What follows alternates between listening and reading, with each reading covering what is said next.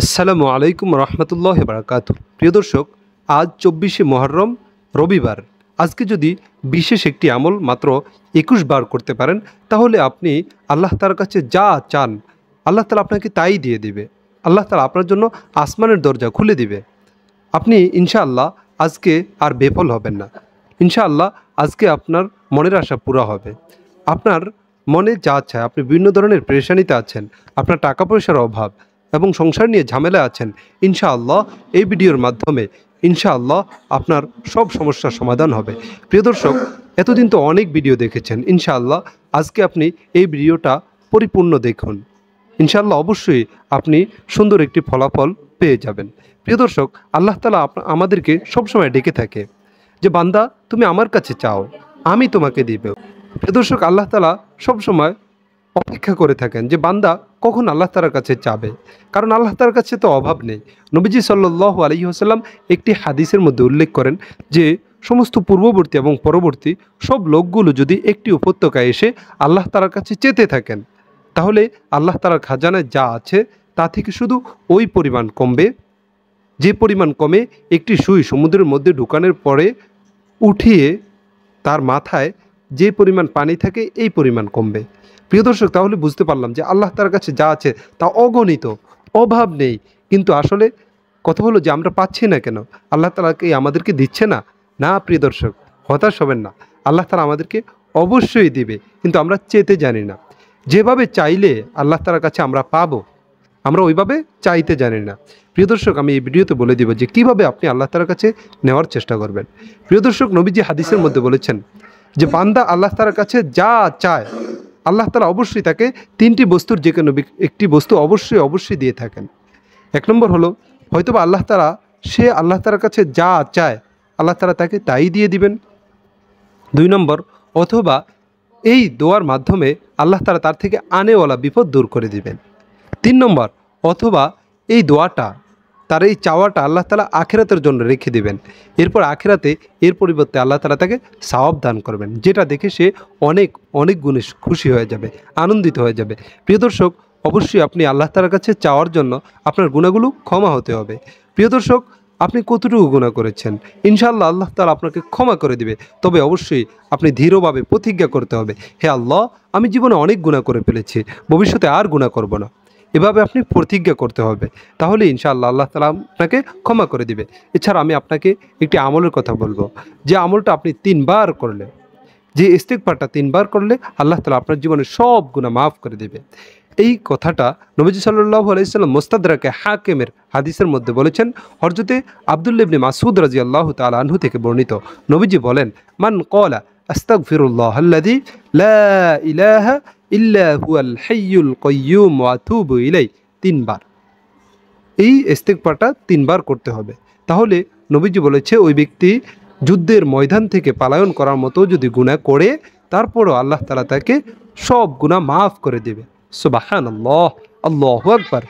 প্রিয় দর্শক, আমরা জীবনে কত ধরনের গুনাহ করেছি, আমাদের জীবনে গুনাহের অভাব নেই, তো এর জন্য হতাশ হওয়া যাবে না। ইনশাআল্লাহ আপনি যদি এই ইস্তিগফারটা দৃঢ় বিশ্বাসের সাথে, এরপরে প্রতিজ্ঞার সাথে যে আল্লাহ, আমি পিছনের জীবনে অনেক গুনাহ করে ফেলেছি, ভবিষ্যতে আর গুনাহ করব না, এভাবে প্রতিজ্ঞা করে যদি আপনি 3 বার পড়েন, আল্লাহ তাআলা আপনার জীবনে সব গুনাহগুলো মাফ করে দিবে। আর যদি গুনাহগুলো মাফ হয়ে যায়, এরপরে আপনি আল্লাহ তাআলার কাছে যা চাবেন আল্লাহ তাআলা আপনাকে অবশ্যই তাই দিয়ে দেবে। প্রিয় দর্শক, আর চেষ্টা করবেন নিয়মিত ইস্তিগফার করার জন্য, কারণ আপনি যখন নিয়মিত ইস্তিগফার করবেন আল্লাহ তাআলা আপনার সব হাজতগুলো পুরা করে দিবে। এই ইস্তিগফারের ফজিলত আমি প্রায় ভিডিওতেই বলে থাকি। প্রিয় দর্শক, ইস্তিগফার করলে কেউ বিফল হয় না, কেউ হতাশ হয় না। ইনশাআল্লাহ তার জীবনে ধীরে ধীরে সফলতার মুখ দেখা যায়, দেখতে পায়। প্রিয় দর্শক, ইনশাআল্লাহ আপনি নিজেও পাবেন। ইনশাআল্লাহ আমার জীবনে আমি ইস্তিগফারের ফলাফল পেয়েছি, তো আপনারাও করে থাকেন, ইস্তিগফার নিয়মিত করেন, ইনশাআল্লাহ আপনারাও পাবেন।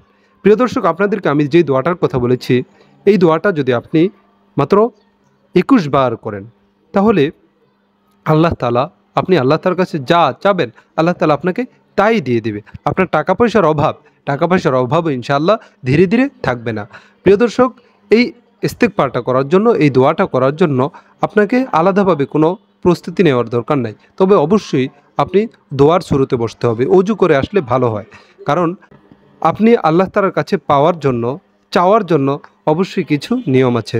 তা হলো আপনি আল্লাহ তাআলার কাছে চাওয়ার পূর্বে অবশ্যই অজু করে আসতে হবে। 2 নম্বর, কেবলামুখী হয়ে বসতে হবে। 3 নম্বর, আপনি সমস্ত গুনাহগুলো থেকে মাপ চেয়ে নিতে হবে। 4 নম্বর, দোয়ার শুরুতে দরুদ শরীফ, এরপরে ইস্তেগফার করতে হবে। এরপরে যদি আপনি আল্লাহ তাআলার কাছে হাত উঠান, তাহলে আল্লাহ তাআলা আপনাকে অবশ্যই দেবে।